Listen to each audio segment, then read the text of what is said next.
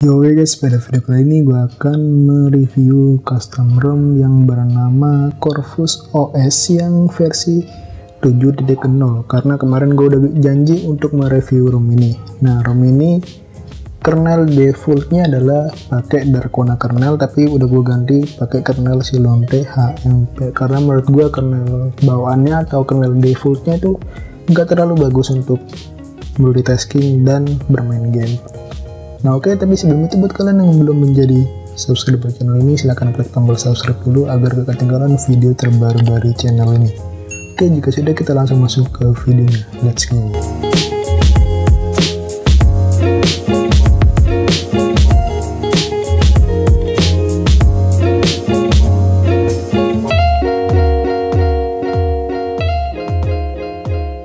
Nah guys, yang pertama adalah menurut gue ROM ini tuh updatean dari 6,5 ya, dan menurut gue updatean di 7.0 itu nggak terlalu banyak. Jadi menurut gue kalau kalian dari 6.5 nggak usah diupdate sih, cuma ada beberapa doang yang diupdate seperti perekam layar. Nah di sini dia udah gak pakai OOS lagi, dia pakai perekam layar yang screen recorder no ADS. Sebenarnya ini ada di Playstore, cuma di audio source-nya ini kayaknya udah dimodifikasi deh. Dia udah support internal sound. Kan kalau yang di Playstore gak support, tapi kalau yang di ROM Corvus ini support. Nah selanjutnya di apalagi fiturnya yang menurut gue masih ada itu di bagian left hand slide di Corvus parts. Di sini masih ada headphone gain, mission and sensor, backlight dimmer, terus FPS info juga masih ada. Selanjutnya kalibrasi warna layar, ini buat kalau HP kalian burn-in kalian bisa setting di sini. Dan di situ juga ada presetnya, dan presetnya itu lumayan banyak tapi nggak terlalu banyak, lebih banyak kan di ROM Ancient OS. Misal gue pilih di sini yang versi 3 ya, kalau di kamera sih nggak terlalu gak terlalu ngaruh gitu kelihatannya, tapi kalau di HP kalian beneran ngaruh kok. Selanjutnya adalah di bagian Selinux, dia bisa permissive atau enforcing. Kalau permissive itu biasanya agar support Viper, jadi gue gak kalian enable. Selanjutnya di Persist Across Reboot ini gue gak tahu. Selanjutnya di sini ada kekuatan getaran sama kecerahan. Udah, Corvus part segitu doang. Selanjutnya di notifikasi dia ada Head Smart Replace, terus notifikasi tiker. Jadi bentar, ini nge-reboot sistem UI-nya.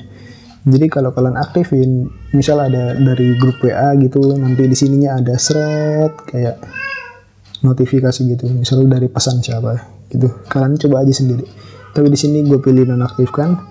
Selanjutnya ada Edge Lightning. Kalau HP kalian mati, di sisi sininya tuh bakal ada biru-biru atau ungu ya, itu bisa di customize sih, tapi nggak gue aktifin juga. Selanjutnya di miscellaneous, nah di sini ada rounded corners, display code setting, screen animation, ada list view animation, udah itu doang.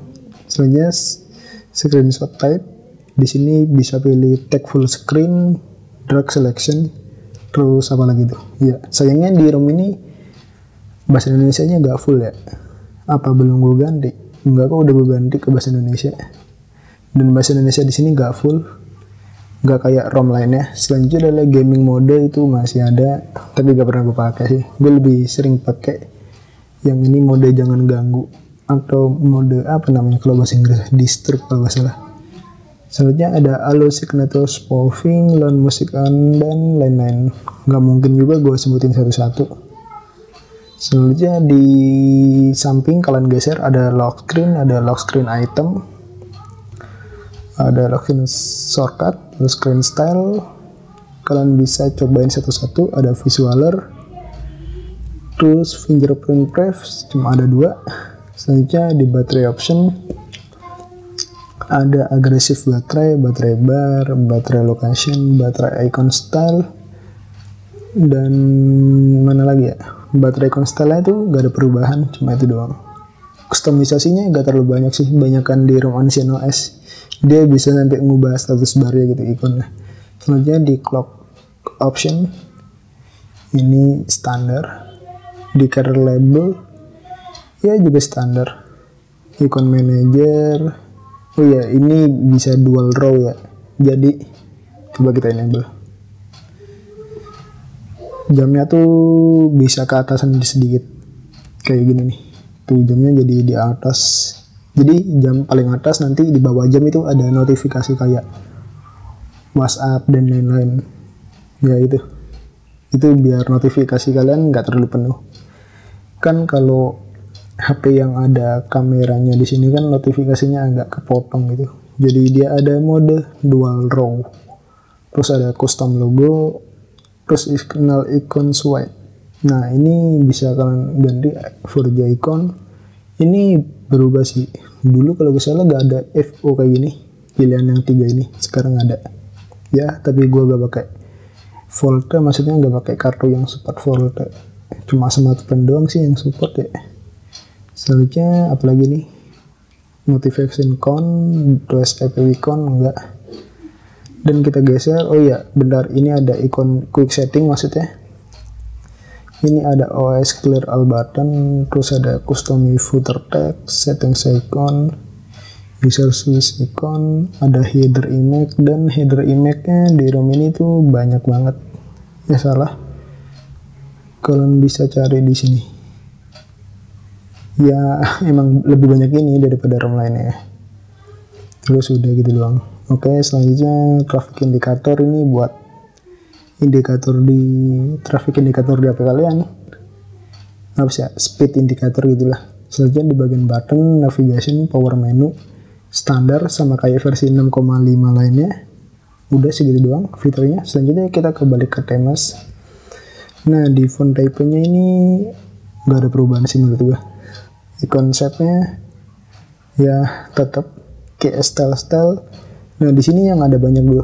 Kayak style-stylenya ada Ninja, Dotted Search, Incadrop apa. Jadi kalian coba tarik. Tuh, ini jadi apa sih? Kayak itu loh, set ya gitulah, berubah. Selanjutnya apa lagi nih? Kayak shader style, transparan. Dan buat kalian yang ingin pengaturannya transparan kayak gua, kalian pilih system theme, kalian pilih Corpus Clear. Jadi nanti transparan gitu. Selanjutnya apalagi? Di bagian sistem, bagian gestur cuma ini doang. Dan untuk penyimpanannya di ROM ini gue pakai yang bukan full GAPPS, gue pakai bit GAPPS. Sistemnya memakan 12 GB. Standarnya sih kalau custom ROM AOSP itu 11 GB ya, tapi ini 12 GB. Ya udahlah. Selanjutnya di bagian keamanan ada face unlock juga. Dan face unlocknya itu lancar apa enggak ya? Gue belum coba sih. Oke. Kok terjadi masalah?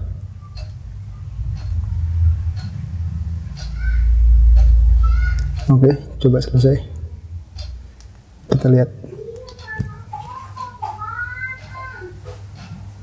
Kok terlalu banyak gagal sih? Ini wajah gue yang gak support apa-apanya sih?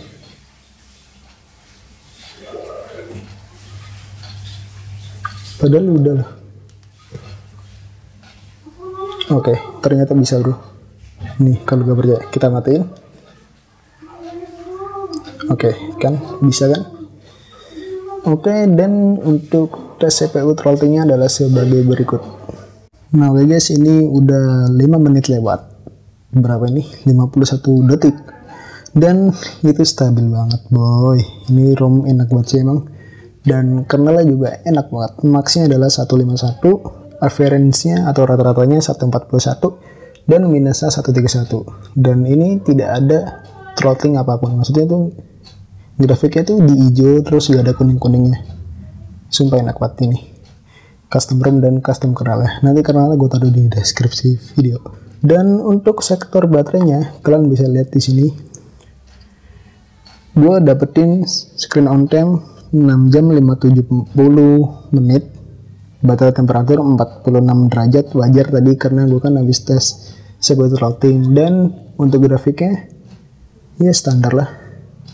Ini gue dari 100% ya, gue pakai OpenVPN terus, gue bermain YouTube, Lite, WhatsApp, kamera, PUBG Mobile, terus ini game ya, game frag, Chrome, Twitter, ya kayak gitu.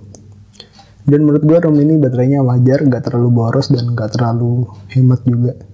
Lebih hematan di Ancient OS sih, tapi wajar karena ROM ini performanya bagus banget. Nah, untuk tes game PUBG-nya, di sini gue pakai GFX Tool.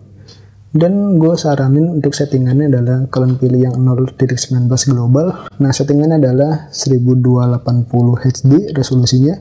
Grafiknya so smooth, FPS-nya 60 fps, dan yang lainnya itu default aja, gak usah diubah-ubah. Oke, daripada banyak basi, kita langsung masuk ke gameplay PUBG-nya aja. Let's go.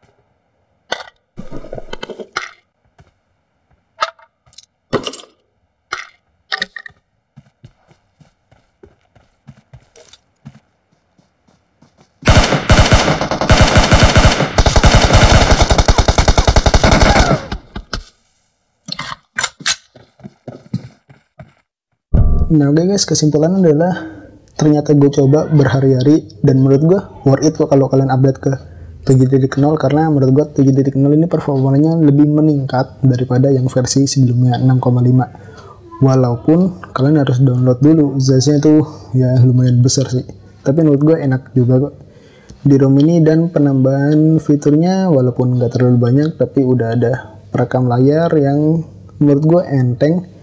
Dia bisa support 60 fps bahkan sampai 120 fps, dan resolusinya gue di sini pakai 1280 biar gak terlalu berat. Yang paling penting video encodernya itu dia support H264. Ya oke, mungkin segitu aja video kita kali ini. Jika kalian suka dengan video ini silahkan like, and gak suka dislike aja, dan kita balik ke video selanjutnya.